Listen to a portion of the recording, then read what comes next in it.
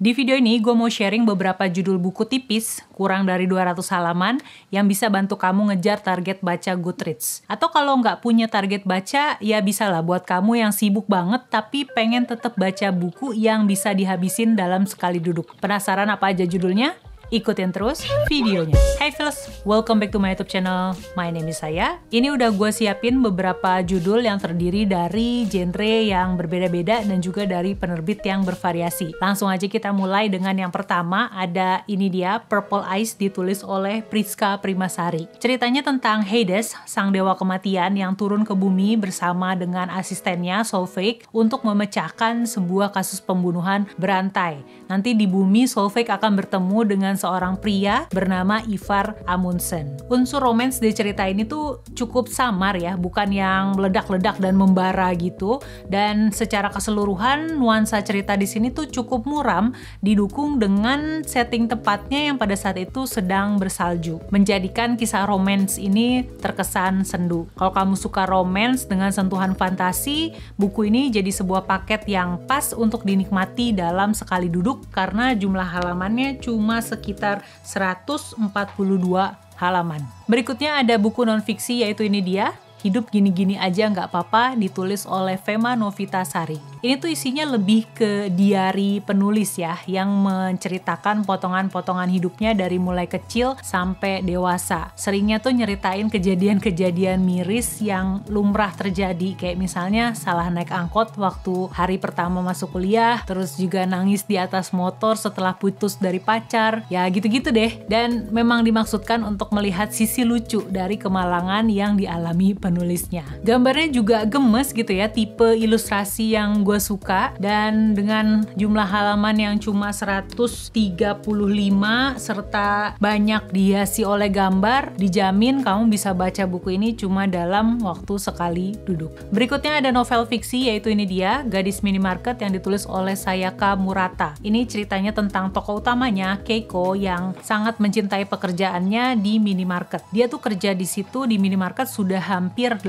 tahun. Akan tetapi suatu ketika ada hal yang mengharuskan dia melepaskan pekerjaan yang dicintainya tersebut. Narasi penulis di sini tuh enak banget, gue bacanya ngalir banget sampai nggak peduli bahwa cerita yang gue ikutin ini sebenarnya agak sedikit absurd. Novel ini akan membuat kamu mempertanyakan apa sebenarnya arti dari normal itu sendiri. Dengan jumlah halaman sekitar 157-an, baca ini cukup dengan sekali duduk, kamu udah bisa langsung menamatkannya. Berikutnya ini ada cerita yang tokoh utamanya itu seorang anak kecil. Judulnya Oscar Belajar Pergi, ditulis oleh Indah Darmastuti. Bercerita tentang Oscar yang memutuskan untuk pergi dari rumahnya setelah ayahnya meninggal. Oscar ini tuh masih kecil dan sepanjang perjalanan dia akan bertemu dengan orang dewasa yang berbagai macam gitu karakter-karakternya. Kalau kamu udah baca The Little Prince, mungkin akan merasakan kesamaan dengan cerita di sini. Tapi yang gue suka di yang buku ini tuh ada cerita di dalam cerita, yang mana cerita yang di dalam cerita itu tuh nanti akan memberikan twist menarik di bagian endingnya. Buku setebal 132